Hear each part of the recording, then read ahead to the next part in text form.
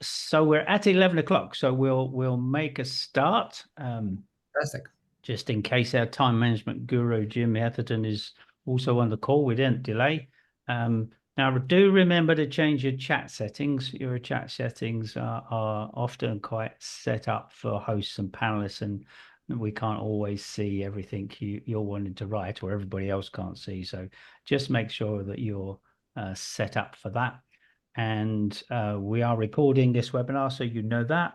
And everybody that registered and attends or just registered will get a copy of the recording tomorrow. So it's an honor and a pleasure to invite back Kevin. Kevin has kindly spoken to our Thoughts on Thursday audience before.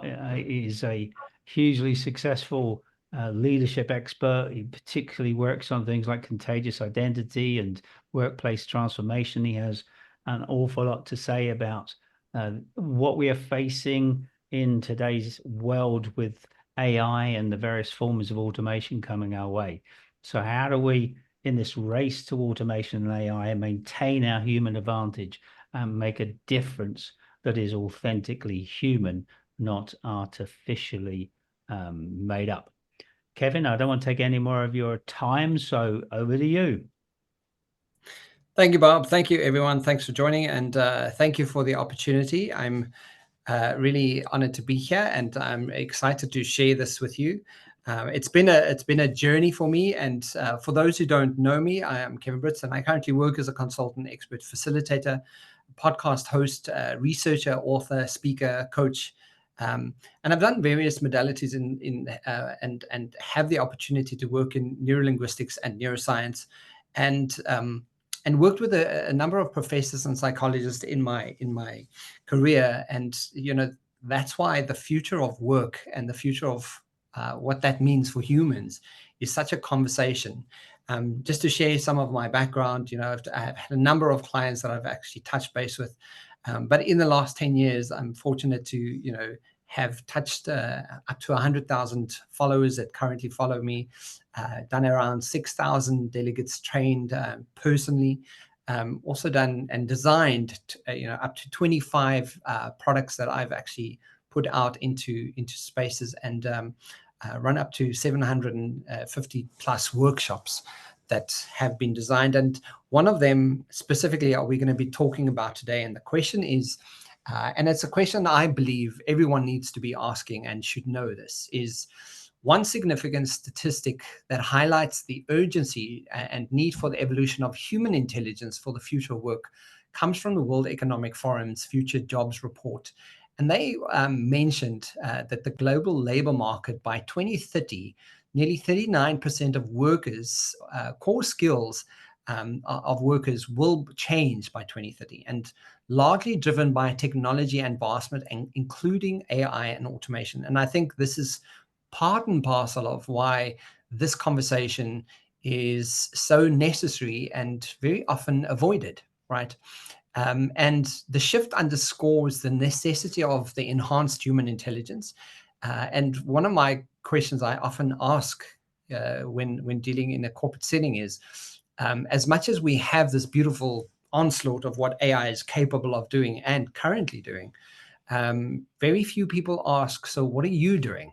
Like, as the human part of this equation, what is happening with the human intelligence? And a large part of the research and insights that's coming out of a lot of publications is the importance of critical thinking, creativity, social intelligence, self-management, and attention management. And not to say that these are the only ones, but very often key critical components and practical skills that are really pushing the agenda of a growing workforce. So these skills will be crucial to navigating complex, ambiguous, and rapidly changing environments, making the evolution of human intelligence not as an option, but a critical imperative for the workforce. So part of the reason why we are here today is this statement. And as we navigate the future of work, one thing becomes increasingly clear. The key to thriving in tomorrow's world isn't just about mastering the latest technology or adapting to new processes. It's about something far more fundamental. And for me, it's about human intelligence. And today, this is what we're going to be chatting about and exploring. And it's something I'm passionate about and have been sharing for some time now. But it really looks at what are the work and industry neutral growth skills, also known as the wing skills, that can propel us into the future with confidence. And part of these wing skills that we are looking at about is based on what are the skills that are actually pushing to the fore in a work environment, that are not actual skills you need to do your job, but skills that are specifically human, and also encompass things that you can actually learn, and it becomes a usable skill in any kind of industry, in any capacity. And that's what's fascinating about it. The reason why this has been my key driver for some time now is when the big shift happened. And the big shift happened in the obvious moment of 2020. And there's hybrid and in-person kind of situations very quickly returning to office for a lot of corporate at the moment.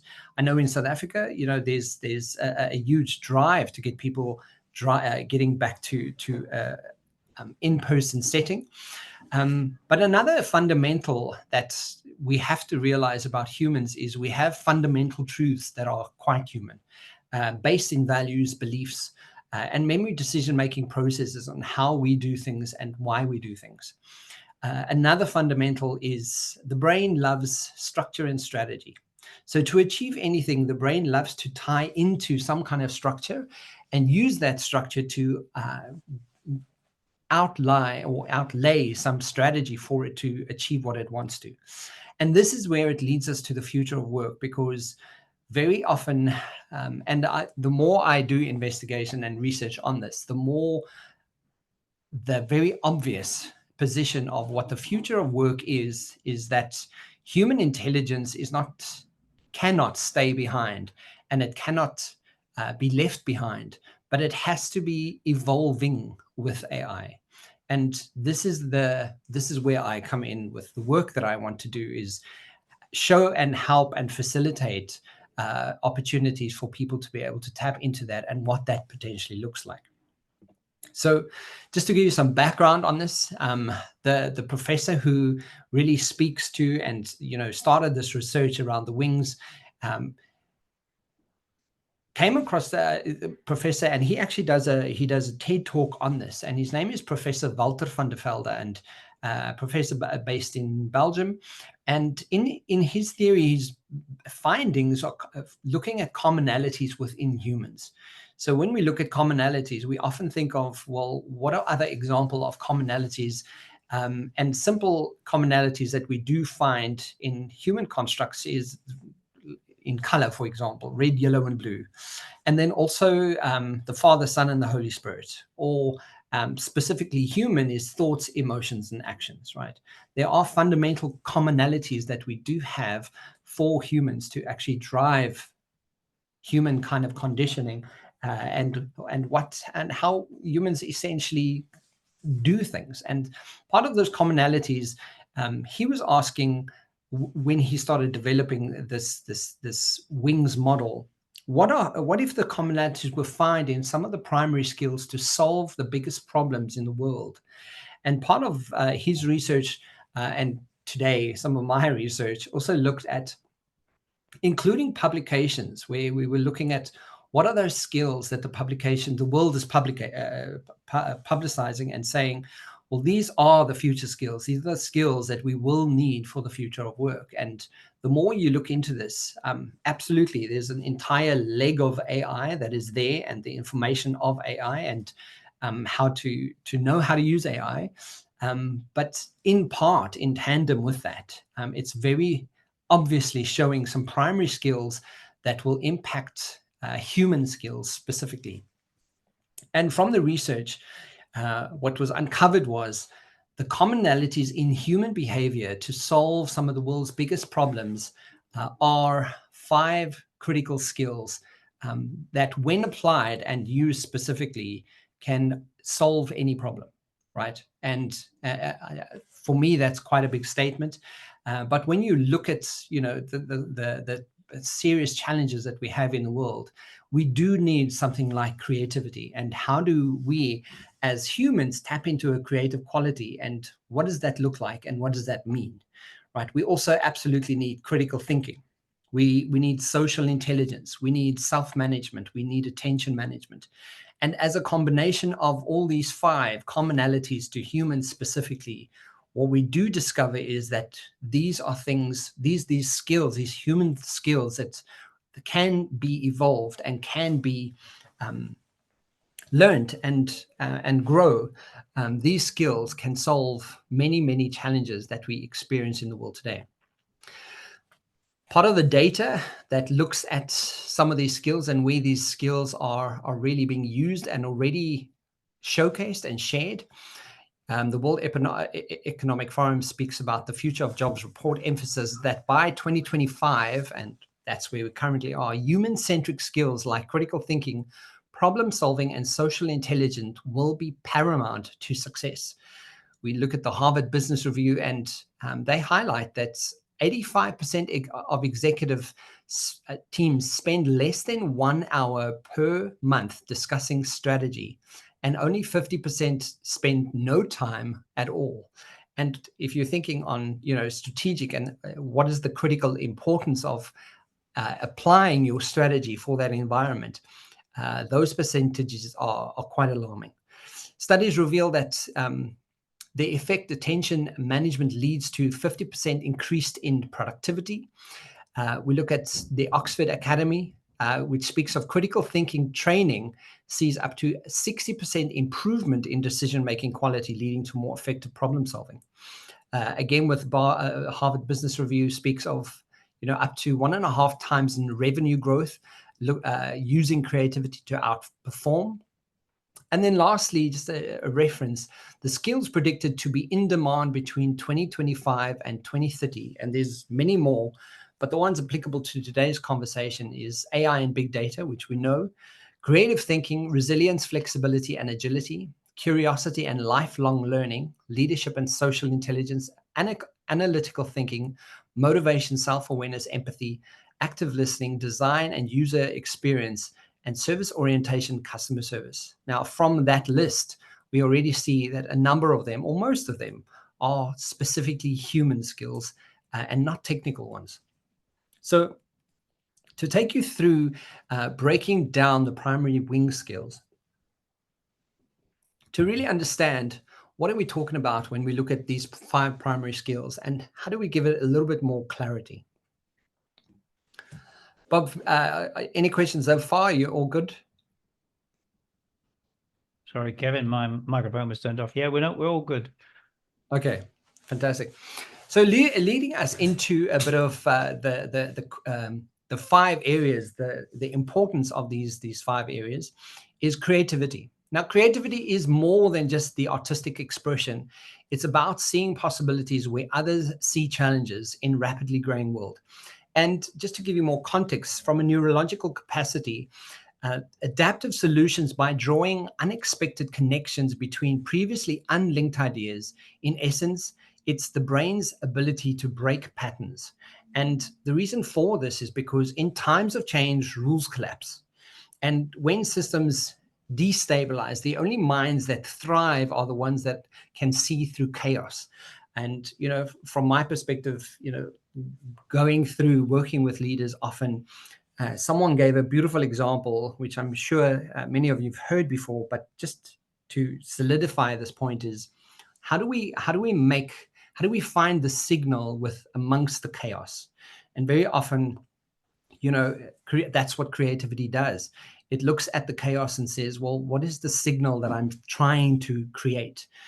Creativity also leads us to creating something where there was nothing before, right?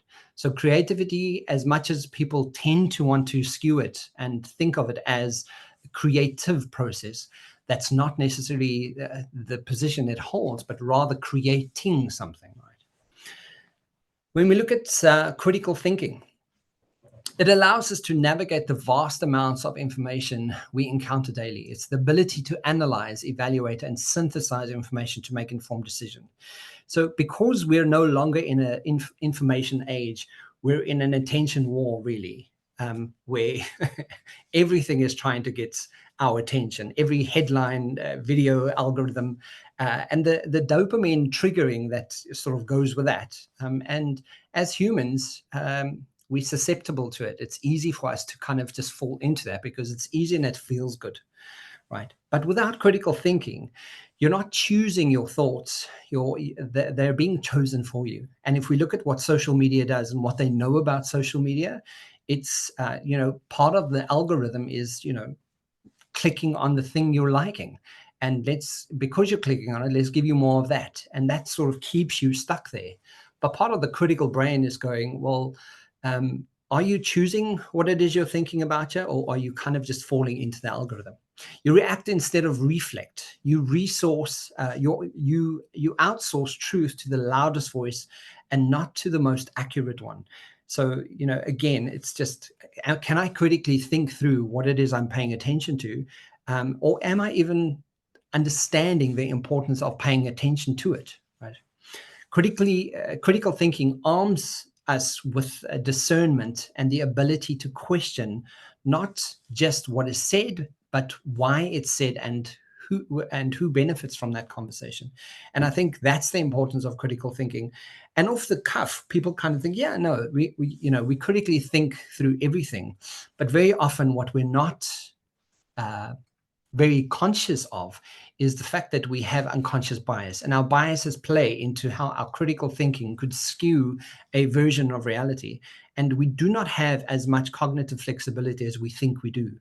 And very often, when we critically think through information, it often asks you to sit in a position that is uncomfortable, right?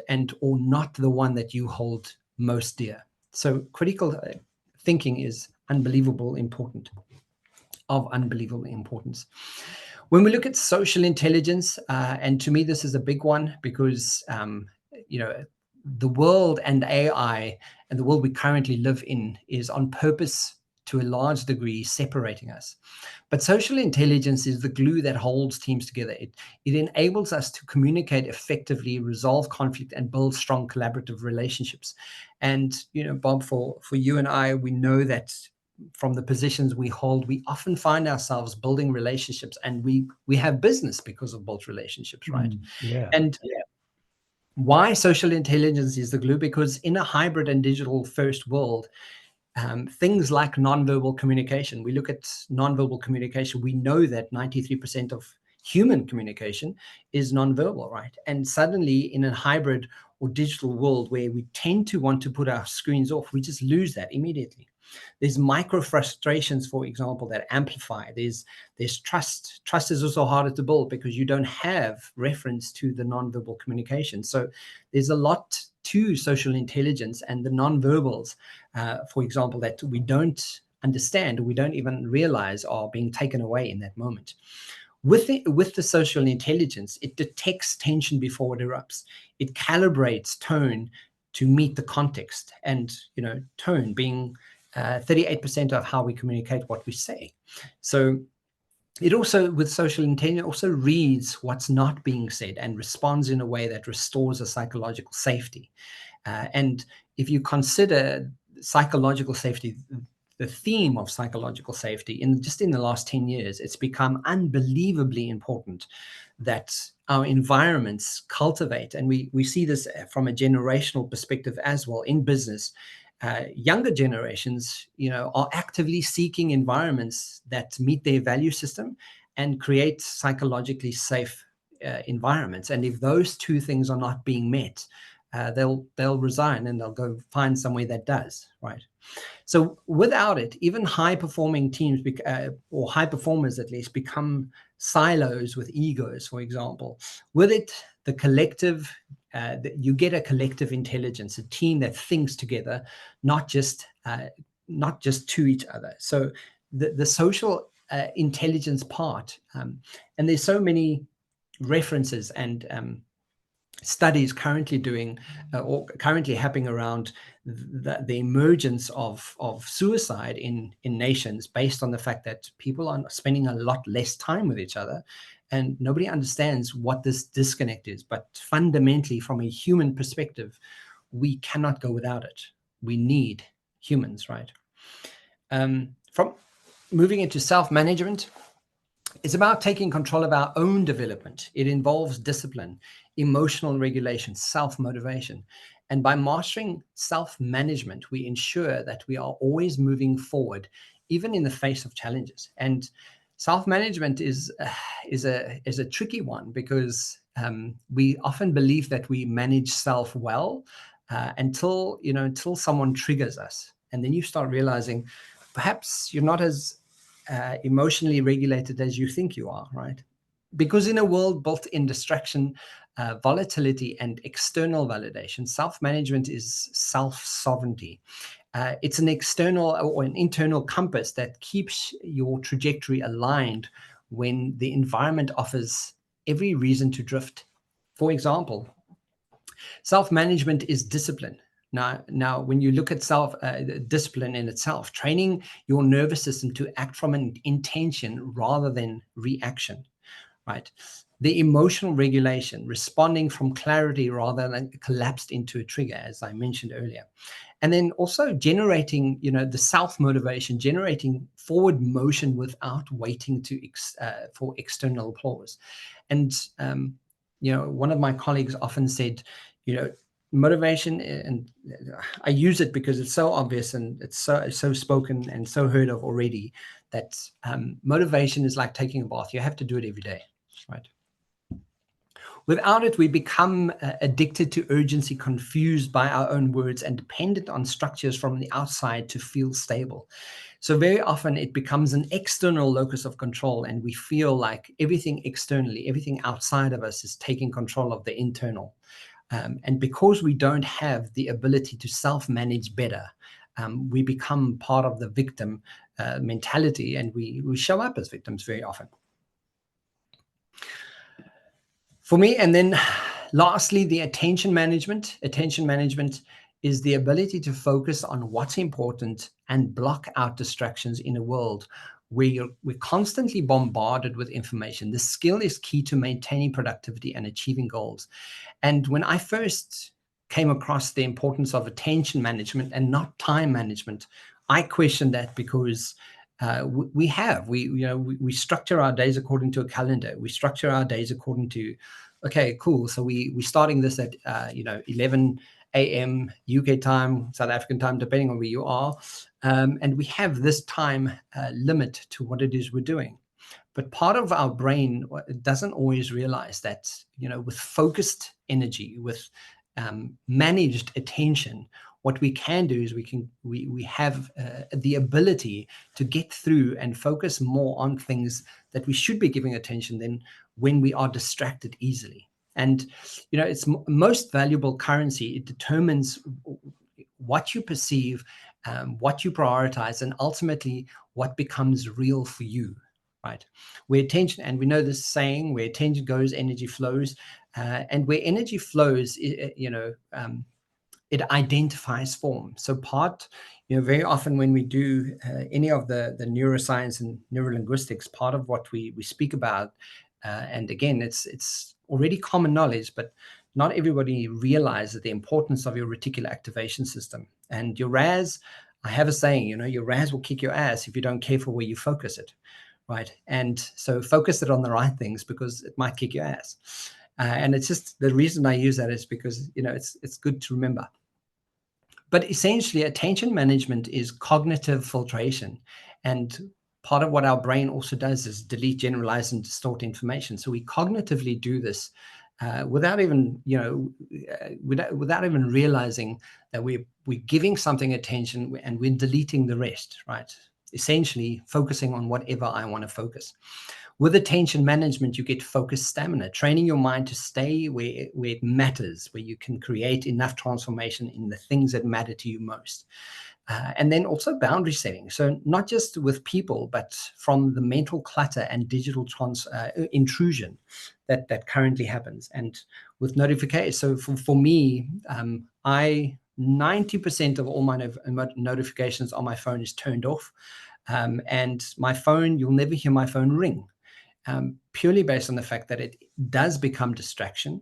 And, if anything is of that importance to me, the right people will get hold of me. So, it's just my approach to dealing with because, from a being on the spectrum, you kind of realize that, anything can become a distraction, and then you don't actually get to where what it is you're setting out to do, based on the fact that you're constantly distracted. Without your attention management, you mistake motion for meaning. And so you get busy instead of aligned, and you become reactive instead of powerful. And this is something some people call it flow. Some people call it being really intentional about achieving the thing you intend to achieve. But when you really break it down into fundamentals, it's just, are you managing the attention you're busy with? And when you are managing that attention, what is it that you're paying attention to?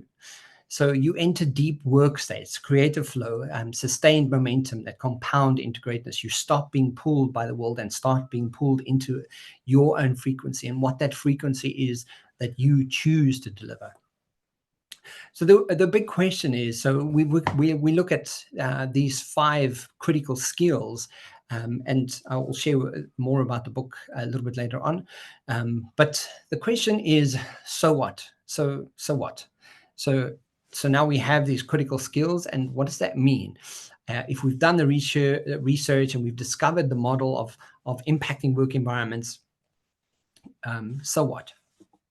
If we look at some of the biggest challenges that we have in the world currently, and this is, current challenges and beyond, we look at stagnant innovation organizations, poor decision-making, team dysfunction, low productivity, resistant to change, burnout, inefficient process, lack of strategic effect, good effective leadership. There are all these challenges that are effectively happening all the time, and if not curbed and not looked at quite specifically, they just get out of hand.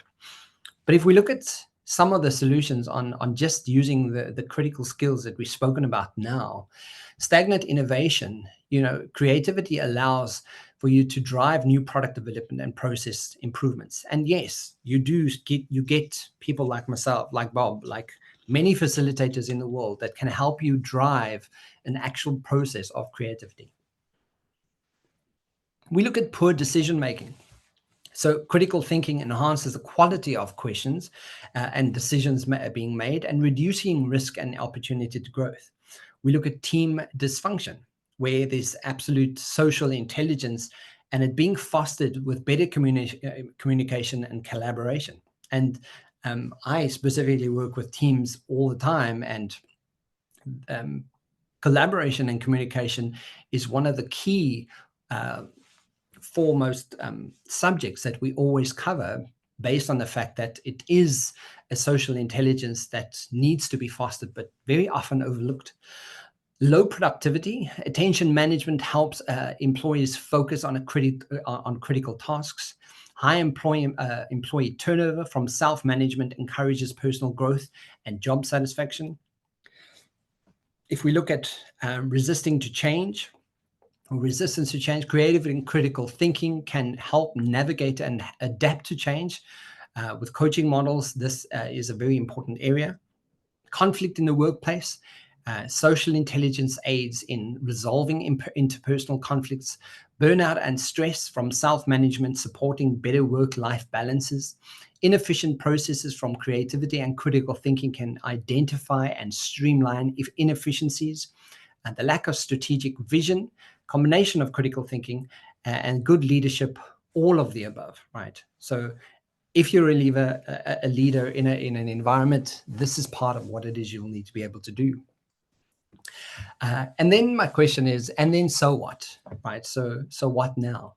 So for me, it's a case of going, well, potentially, how do we put this into environments where we actually steer workshops? So not necessarily everyone needs to go through every single detailed process, but you could go, do some workshopping for staff members and staff to kind of go, okay, well, let's get an overview and understanding of what this is. And from my perspective, looking at mindsets, the importance of mindsets, we look at the human needs, what humans need to function. We unpack the 5 wings in group discussion. We also look at comfort zones, and we look at 4 core identities. And through that, it establishes already a wonderful footprint to unpacking why we need this for the future of work. And then to layer this up, we look at how do we impact decision makers. And from my perspective, gone through a degree of putting together a coaching program that actually looks at aimed for senior leadership teams to apply. And our thinking is through people, profit, and process. And we, as you can see, we cover a lot, and we do this over a period of time so that it becomes enhanced decision-making. We improve team cohesion, increase profitability, optimize processes, stronger people management, and evidence-based leadership, utilizing a lot of case studies to support what we do. And this is a beautiful process, especially in a leadership capacity, so that we can work with leaders to unpack specific areas and then move into unpacking that further with supporting evidence and group thinking and creating masterclasses for people to actively get involved with building the wings process in that environment.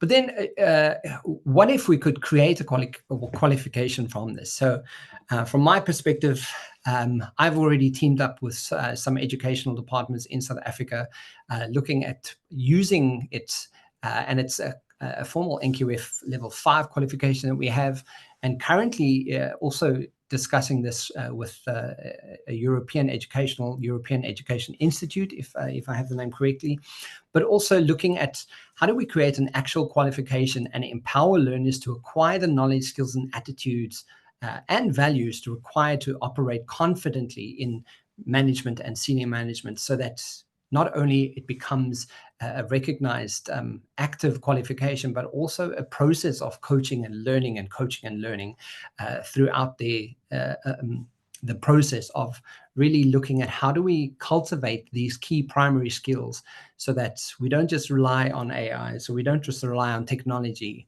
but that we are actively involved in creating a solution for an environment. So that leaves me to, so what? So why human intelligence? And for me, having worked in this type of environment for, officially the last 10 years, but unofficially for the last 20, part of me having a wonderful curiosity about human behavior and looking at the trajectory of how humans went into, COVID and 2020, and we fundamentally changed how we behaved. And suddenly we came up with solutions in a really short matter of time and space. And we suddenly got out of that, and we've changed. We've come up with newer, quicker, faster abilities. But something about us led to this point where we suddenly found ourselves in a position where we had to come up with solution. And we did. Magically, to a large degree, we came up with solutions.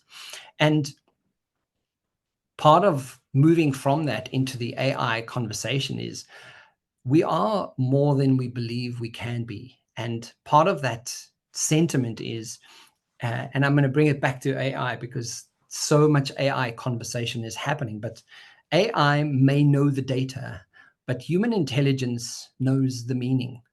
So AI can crunch the billions of patterns in seconds. It can contextualize nuance, emotional complexity, ethical ambiguity, and spiritual depth. That's still a human territory. All of these lead us to a human territory specifically. And when a team breaks down, and when a client feels unseen, when a decision carries moral weight, and you don't need an algorithm, you need a leader who feels, senses, and uses intuition, right? Human intelligence adapts under uncertainty. AI follows patterns. So we know that with enough information, AI can pull together a whole bunch of data and give you, depending on how you scrutinize the data, it can give you a set of results. And even if you embed that with bias, it can even give you the scrutinized data according to bias.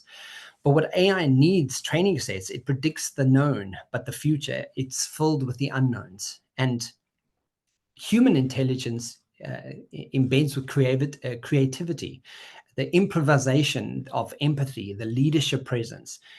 These aren't just soft skills, they are superpowers that let us move forward with no clear path exists.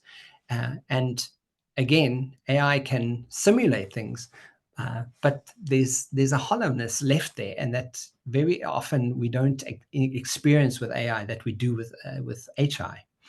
HI evolves at least with purpose. AI optimizes for output. AI asks what's the most efficient route, but HI asks what's the most meaningful route. And right there is a beautiful differentiator, because the difference between a company that grows in profit and a company that leads with purpose and profit, that is the differentiator between AI and HI. And then lastly, just to solidify this point, is HI is a signal, AI is an amplifier.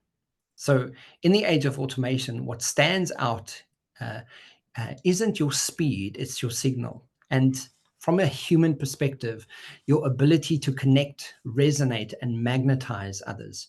And this ties into, when Bob introduced me, something I call a contagious identity. And really looking at what is it, the thing that differentiates you as a human in the moments that you've spent time with a team, when you've spent time doing something in a leadership capacity, when you've really gone through the mills. What is it that really amplifies you as a human?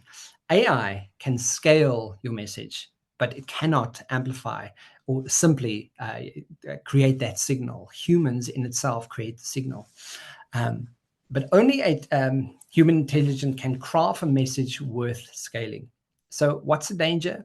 If we don't cultivate human intelligence, AI will become operators of systems we no longer understand, right?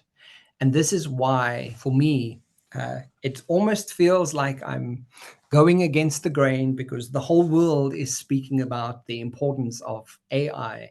And here I am speaking about human intelligence. And in closing, let's talk about the evolution of human intelligence. Let's lean into the necessity for enhanced human intelligence and what that means. Understanding that there are human fundamentals, understanding that the brain loves structures and strategies, but also understanding that for the future of work, human intelligence is not going to fall by the wayside unless you allow it, unless you are part of the few that gets dictated to, that misses the critical thinking part, that refuses to step into creativity, even when it feels uncomfortable, that avoids social gatherings, social intelligence, and social opportunities purely based on the fact that I haven't self-managed my own emotional state yet. I'm still dealing with my own limiting beliefs, so I just avoid the social intelligence aspect. And then, lastly, what is it that you're giving attention to? How much attention are you giving it?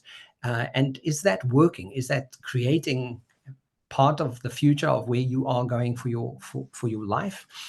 The strategy must be people-centric. Future strategies must prioritize upskilling in critical human capabilities and the human element in ambiguity. Our ability to navigate uncertainty is our greatest asset in a complex world. So for me, I'd like to, share with you, the book that I'm speaking of, The Future of Work is Human, and it specifically speaks around these 5 critical skills that humans need to cultivate, but also gives you an opportunity to unpack with ideas of how you could apply the actual skills. And from me, that is all I have for everyone today, guys. So I've also left you with a QR code. If you go and check it out, it directs you to the website. On the website, you'll see the book is there. It's available on Amazon, and also to join us on the podcast. And it's called the Lunchtime series. And yeah, Bob's been on the Lunchtime Cruise a number of times, and we've covered the wings extensively, and we'll cover even more of it. And Bob, that's all I have for today's conversation. All my word, I can't believe how I've read about 3 pages of notes. So I'm glad I turned my microphone off. So could it be typing Fantastic. away? Thank you so much. So if you have questions for Kevin, please fire them in through the chat, or you can use the Q&A, whichever you prefer. We have a few questions in already. I'm going to start being biased with one from myself. Kevin, I often talk about that really our performance is a factor of the environment we find ourselves in, as well as our own mindsets and behaviors. So kind of environment times behaviors equals results. Yeah. And we're too in the UK experiencing this push by employers to get people back into the office. I'm just wondering how you feel that plays out in the fundamentals of the human experience and the world of AI and the way you're talking us through. Is that really driving us in the right direction? Is that going to give us a better environment in order to develop the critical skills you've been talking about? I I don't think it's a black and white answer. I think what's interesting about what's happening about driving people back to the office and saying, no, we absolutely need this is we haven't been on this side of that equation yet. Just because it was before COVID and we did it because that's what we did, it was the base norm of what we thought was right. But some fundamentals, if we look at the fundamentals that I mentioned, is from a human perspective, people changed cities, people changed countries based on the fact that they realized, well, you don't actually need me in the office. I could actually be living, in a seaside coast, and I could still do the same work and get the same results. So it becomes very nuanced depending on what the industry is, depending on what the environment requires. And those are the questions that I don't think a lot of corporates are actually looking at, because if you look at some of the evidence that there is already and specifically with the younger generations, is they're pushing the agenda of going, well, I want to work that in an environment that supports what I value. And I don't value being in the office. I do not value driving in traffic. Johannesburg traffic, for example, anywhere you drive in Johannesburg is 2 hours. Wow. So, so if you go back to the office, and now with the rules that are being enforced, most people there's a big outcry that this is stuff people don't want, because people have also adapted their lives and their own careers shaped on the fact that they have an option to work from home. So, and this is what's scary about it, is as much as we need these skills, as much as these skills are part of the future of work, bringing and forcing people back into a work environment doesn't necessarily mean you're going to have critical thinkers, you're going to have creative thinkers, you're going to have social intelligence, because part of what people don't realize very often is thoughts, emotions will indicate how you behave, what actions you take. And if you're cultivating and putting a rule-based system on the fact that you have to get frustrated for 2 hours before you get to the office, and then suddenly you need to shine at A game kind of a level, you're like, well, that doesn't make sense. Humans don't work that way. That's not how we function.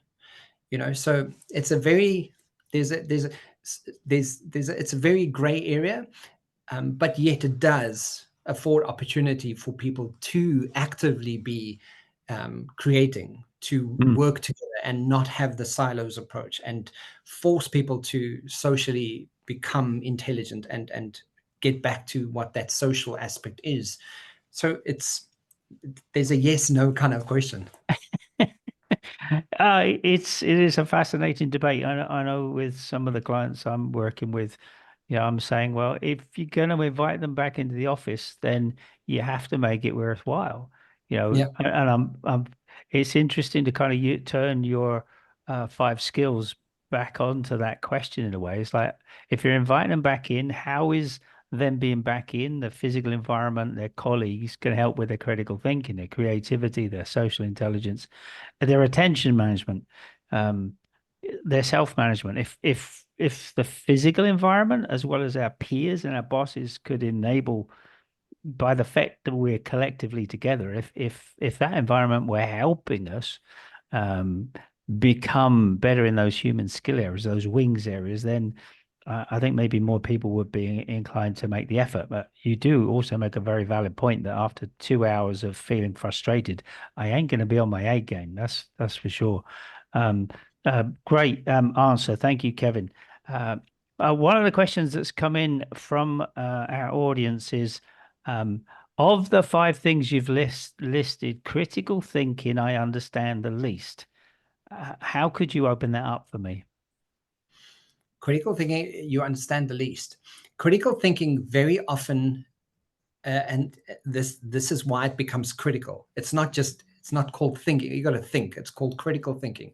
Critical thinking very often leads us to asking questions that we just generally don't ask, Mm, or asking someone who we don't generally ask, or posing an example, or holding a position that goes against the fundamental belief that I have. mm, So then, one of my colleagues often called it, challenging the holy cows of your business. We have the solution and we look at like, well, this is obviously working because it works. We have, proof and evidence. But the next question, the critical thinking process of that is like, okay, cool. If it's working, can we do it better? And you're like, well, why would you want to do that better? And part of the critical thinking process is because as part of humans, we always do things better. We always come up with different solutions and ways to do things better. And we don't always have to, but the critical thinking element part of it usually pushes you out of a comfort zone, out of a comfortable way of thinking about stuff. mhm. And when you are leaning towards curiosity and asking questions of, and asking any, like we look at the five whys and look at, how you could frame information differently and challenge in a way. I don't have it offhand now, but I have, something I call the four magic questions, where it Okay. really gets you to unpack language to the degree of going, well, if this is the thing, what is it not? Hmm. And you're like, okay, like no one thinks in terms of something as not something. Yeah. And the moment you start critically thinking through a challenge, a process, an argument, a relationship, a whatever the thinking is about, when you ask yourself, what is it not? Suddenly your brain's like, well, that's silly. I've never thought of what it isn't. You're like, okay, cool. But what if you did think about what it isn't? So the challenge you're experiencing, what is it not? Well, Mm. it's not all of these things. You're like, okay, cool. So if that's the perspective you hold, what potentially could it else be? What other options are there? And it's just a framing of language that we sometimes get so stuck with the detail and the immediate data that we forget that our brains filtering, our brains going according to what I know and what I believe and what my value system is and what my belief system is. And the moment I start asking a different set of questions, it's the same sentiment of, quality conversation is usually combined with quality questions. Hmm. Um, and when you start tapping into that and challenging your own narrative, you start having a different conversation. I hope that answers. Yeah, yeah, oh, you've just sparked a whole range of other thoughts in my head by saying that. And what a great question. What is it not? Um, I was wondering if you would talk about kind of thinking models, and you mentioned five whys. I was going to say, is this about De Bono and his thinking hats, or are there some other models that you might use? But to think about what things are not is a great idea, and certainly I think we have this innate ability to interpret everything that is said or not said, and often you're right, words that are used in the questions already have a meaning for us. And if we could only question that meaning, because often I find that some of the assumptions that have been made that are part of a strategic plan are the reason the plan didn't work. Yeah. Some of the biases, if you like, that you've been using the word bias, but Yeah, we make some non-conscious assumptions because of our biases, and that filters, and certain things have certain meanings. So, what a great question. What is this not? And I like when I'm coaching, I like a model called clean questions. So I try and ask questions which have very little meaning in them, yeah, because I guess what you and I are doing quite often is getting people to look at things from different perspectives as part of that critical thinking. Is that the way you yeah. see it? Yeah, and very often, specifically in coaching, it's not like I'm trying to direct you into a position. I'm not trying to skew a version of reality that you're not noticing. Mm, What I'm very often doing from a coaching perspective, and whether it's one person or 25 people, um, part of the frame that I'm actively seeking is for you to see something that your brain hasn't seen before, that your the dots that you're connecting mm, um, connect in a completely different way that you don't anticipate. Um, I'll give you a simple example. One of the leaders, very extremely technical person, very well versed in what he does, um, gave a perspective about something. And my question to is, well, tell me about the context of the situation. mm, And he kind of looked at me as like, okay, so if we take that content and mm, we change the context, mm, tell me about it now. And purely based on, because that is also what it's not. What is it not? mm, mm, Well, it's, according to me, it's this thing. But you're like, okay, but what about the context of what it is you're saying? Have you considered the context? Because everything is content and context based, yeah. right? So it really drives you back to kind of leaning into curiosity and kind of going, okay, well, I didn't consider the context of the situation, and context could be just about anything and everything. Mm, So it's not about steering conversation or where we want people to land, but rather uncovering information that you haven't anticipated and you simply haven't thought of, because you're not asking the what not conversation. You're not asking that question to your brain. Your mm, brain's going, is this? And you're going, okay, cool, I hear that, but what is it not? And it really gets you to, because then it's context. It's what else is the content? What are the limiting beliefs? What value do you hold in this scenario? Um, what's the context of the situation? Yeah, it becomes very framing mm. orientated rather than directive. Very good. Thank you, Kevin. Another question, really seeking probably a bit of data, is you mentioned less than an hour being spent per month by most senior management teams. I think Yeah. you were talking about the strategic thinking that people were probably not doing.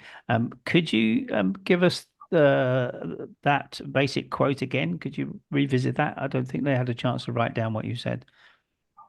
I can, if I can. Should I bring it up on the slides? Yeah, if it's on the slides, go for it. Yeah. So the Harvard Business Review, it's discussed the importance on the second point here, Okay. discussed the importance of critical thinking in successful strategic execution. And the article highlights that 85% of executive teams spend less than an hour a month discussing strategy, and up to 50% spend no time at all. Well, And when you hear it so because it's a Harvard Business Review, it's just a publication, so it's yeah, not yeah. the law. But what it does give us an indication of is like, companies spend millions, mostly, on creating a strategy that's supposed to inform the vision of the environment that they're working in. And Mm, if we take this, at any level to kind of go, well, 85% of executive teams spend less than 1 hour a month on this strategy. And you're like, well, why? The mm, question is, well, why is no one critically thinking? Which also means that, imagine, let's just let's, in a perfect world, say that it's not 85%, and it's a lot less, or a lot more. At least let's mm, say mm, 95% of executives spend at least an hour a week on what the strategy is. What would that do to an environment, and how will that inform the vision for that environment, and where the business may be directed towards? So, and that's why I thought, when I saw this, I was like, That is such an interesting perspective, because it really, if there were any measure of truth to this, you would start considering, okay, so, what does this mean? And at a especially with businesses that spend so much money creating strategy to inform where the business is going and growing and how they would be doing what they're doing. Um, if you're not spending enough, if it's only up to an hour a month, there might be a problem. There might be critical thinking might not be a core critical skill in that environment. That's Yeah, I would also question whether their attention management's up to the game.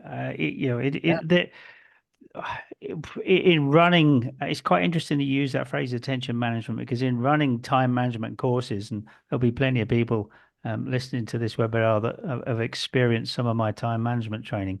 For a number of years now, and not many, but for a number of years, maybe 3 or 4, we've actually spoken about attention management rather than um, what used to be described as dealing with distractions. I developed a phrase many years ago saying, I don't call them distractions, I call them destructions, because they destroy they do. Yeah, what you're working on. But of course, it is far more appropriate now to talk about attention management, because, like you say, we're in a war for our attention. There is so yeah, much going on, and the dopamine triggers that are built brilliantly into various forms of social media, let alone anything else, is huge. And there is always this calling of, I often describe it as the world and his wife. So the world and his wife are trying to get your attention, and they will scream at you in terms of their priorities and their sense of urgencies. But probably that's got nothing to do with your strategic intent. So yeah. yeah, it's going to be around the critical thinking. It's also, I think, going to be around the self-management, the attention management, which is really, really tough. How do we begin to improve attention management with teams? Big question for the last couple of minutes, Kevin. Sorry. How do No, we improve attention management with our teams? it's such an important one, because teams drive business, right? Our teams Mm, are mm, what make things go round. And an obvious, quickest way to do this is remove distraction, right? mm, What is actually distracting your teams, and pay attention, spend time with them to understand what is actually, and very often when you do this, you'll find that on certain systems, the system takes too long to load. mm, So they just sit and watch the screen. And because they're watching the screen, they kind of like wander off and do something else. So distraction inside, in a where the team's actually working is unbelievably important. And another one, and this is one of the things we learn in the Neuroscience for Business program that I get to assess, is one of the biggest key fundamentals that they speak to around effective leadership for anyone who's working in an organization is simplification. mm, If you can simplify the process, simplify your environment, simplify how we get from A to B, there's less distraction. And when there's less distraction, you have more attention available, right? So mm. the simplification of your processes, your approach, how you get to from A to B is unbelievably important. And that's a really good place to start around attention management for teams. Brilliant. Thank you very much. Yeah, I think if we could combine making sure they know what the actual goals are, with simplifying the processes and removing the distractions, we'd be a long way forward. Kevin, you've been amazing. I have way more notes and questions in my head. I think we've covered most of the questions that came in from the audience, so hopefully we've satisfied them. But thank you so much for the work you've done today. It's been brilliant. I thoroughly recommend the book. If anybody can get on Kevin and listen to Kevin's podcast, they have some great speakers. Next week, we used to run Thoughts on Thursday weekly. Get out of that paradigm. Next month, we have Ken Kais coming back to talk about why aren't you more like me? If your messages get lost or misinterpreted, if you sometimes find that people can't work out your intentions, then maybe you're not playing to your naturalist strengths. Maybe there are a few more techniques you could pick up along the way. So come back next month to learn some of the secrets to understanding yourself and others, people with another global superstar, Ken Kais from Vancouver in Canada. Kevin, thank you so much for your time. Love you lots. See everybody next month. Bye, Thanks, everybody. guys. Have a fantastic week. Cheers, Bye. cheers. Thank you. Bye.